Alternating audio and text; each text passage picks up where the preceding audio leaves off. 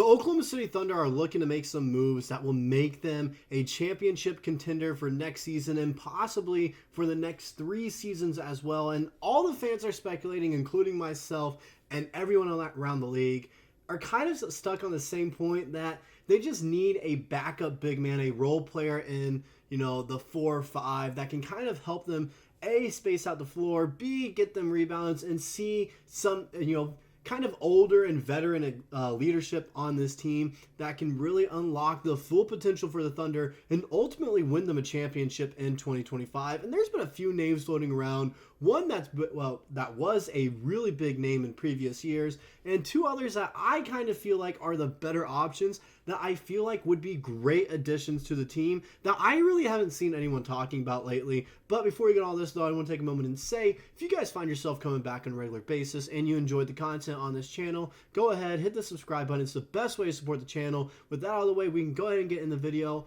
and first talk about this guy that I really like, all right? I like him. When I was a kid growing up, I watched him a lot and everything. I like him. It's just a matter of, does he really fit into the system, or is it just a big name and it fills one of these holes? And the first guy we're going to talk about here is Andre Drummond, of course. Just bringing up his stats here. 8.4 points per game, 9 rebounds. Not going to worry about his assist numbers. Surprisingly, not even close to a block per game, just a half. But he is close to a steal per game, which really kind of surprised me there. Turnovers per game, it's low at 1. Fouls per game, under 2, which is great. And 55% from the field, and he does not shoot the 3 ball. We all know this about him. He doesn't shoot the 3 ball. He's 6'11", which is great. We need size and we need rebounding. That's something that he fills in immediately. He's 30 years old, so he's on the older side, of course, right there with Alex Caruso. And so I think it would be great. And, the chemistry of those two coming off the bench as well. If Caruso is coming off the bench, there's no guarantee about that right now. He could end up being a starter. But the chemistry between these 2 guys coming off the bench would be great. Some things that are interesting to look at him there.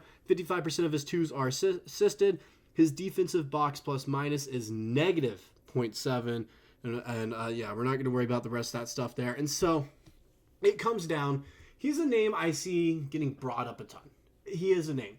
And for good reasons, because he does fix a size and rebounding problem that we clearly have.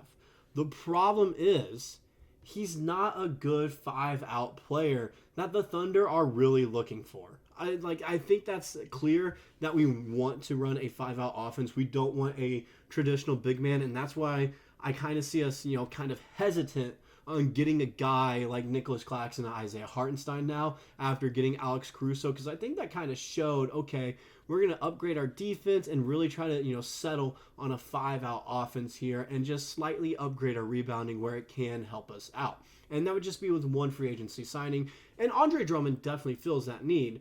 But like I mentioned, he can't shoot the 3 ball.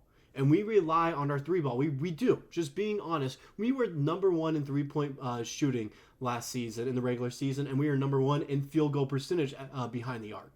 And so it's one of those things where he doesn't really fit into our offensive style of play. Sure, he rebounds. Even then, his defense has been kind of lackluster in previous years now. He's just getting up there in age. He's not the player he once was. And so that's where I kind of came across 2 other guys that I think they really could be great additions to this team. I truly feel like they could. And you have to hear me out on these, all right? You do. And they're both free agents, and we have to spend the money, all right? We have to spend the money. And with these scenarios, don't let you guys, I don't want you guys to think that I've completely written off Lauri Markkanen. He's not completely written off. However, these options I kind of like, especially if we're just going for someone to come off the bench and be a role player for us, because they could be contracts where from $10 to $15 million that allows us some more room to re-sign some guys like Wiggins and Joe if we're looking to do that. And so the first guy that I'm going to bring up here, all right, he's a legend. It's Mr. Slow-Mo. It's Kyle Anderson. And I like Kyle Anderson. I'm going to be honest. I do. I kind of like him. He doesn't fix the rebounding numbers, as you can see there with 3.5.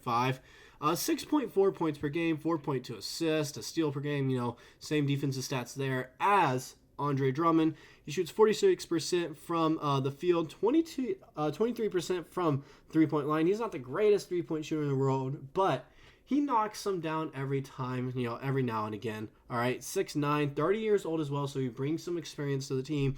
That's a common trend that you're going to find with these guys in free agency is it's all about the experience.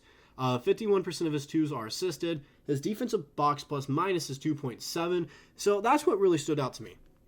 He has he's a slight upgrade in my eyes with everything Drummond does besides rebounding. All right, defensively he's a little bit better.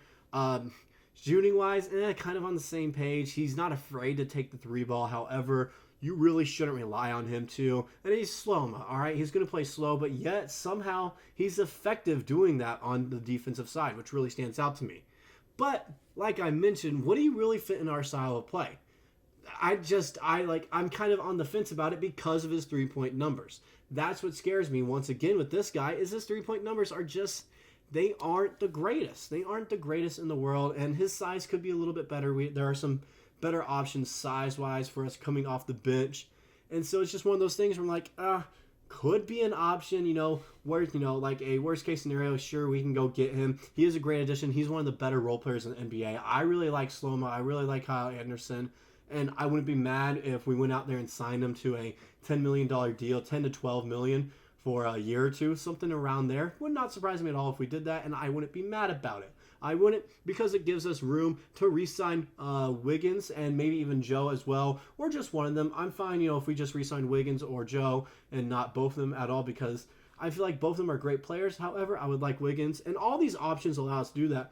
However, this last guy I'm going to bring up here, I think it's someone no one's really talking about, but I think it's the best fit for us if we're looking for someone to come off the bench or even be a starter for us. I think he has that potential, and I really like his style of play, and it's Mo Wagner. All right, Moritz Wagner. He's a good player, 10.9 points per game, 4.3 rebounds, which kind of surprised me with his size and being, center for Orlando over there. That really surprised me. I think his numbers could increase to 6. Coming to OKC, 6 or 7. I think it could help us out down low. 1.2 assists per game. Defensively, we're not going to worry about his blocks and steal numbers there. 1.2 turnovers, 2 fouls a game, 60% from the field. And this is what stood out to me right here. 33% from behind the arc. He's 6'11", 27 years old. He just turned 27 not too long ago. 80% of his twos are assisted. His defensive box plus minus is 0.3. And so he could be a little bit of a better defensive player, in my opinion. I just don't think he's using his size as effective as he could be. And I think we could teach him that.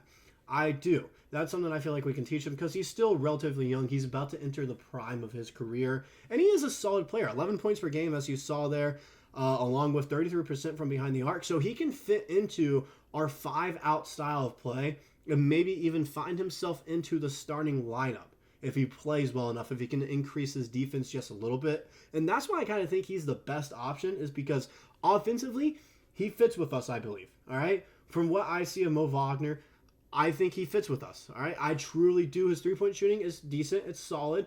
His field goal percentage, solid. He's an 81% free throw shooter as well.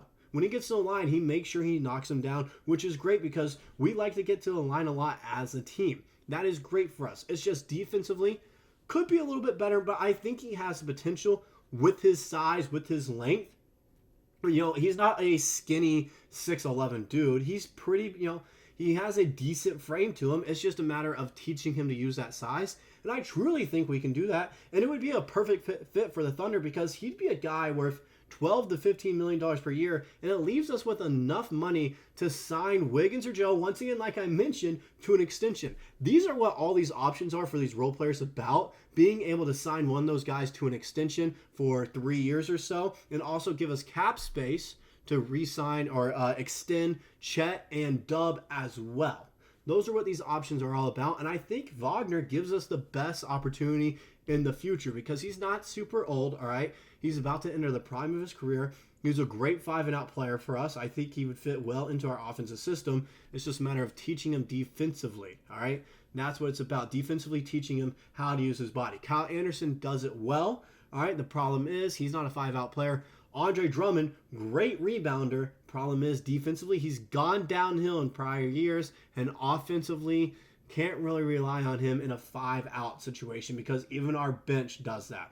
So those are the problems I find with that. And Mo Wagner, he's just the one with the least amount of problems. The only one is teaching him how to use his size. And I feel like that's very easy to teach him.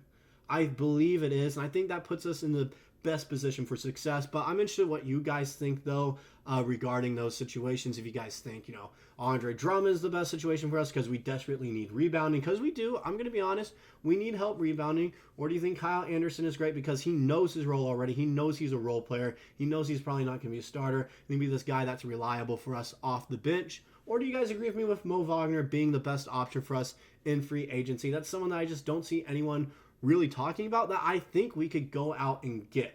That's just when I look at his skill set, what he brings to the table, I think he's a perfect fit for us. The only problem is teaching him how to use his size defensively. But like I said, something that is very easily teachable in the NBA. I truly believe that. But let me know down in the comments what you guys think, or if there's anyone else that I missed that you guys think would be a great addition to the team. Let me know down in the comments, and I'll see you guys in the next video.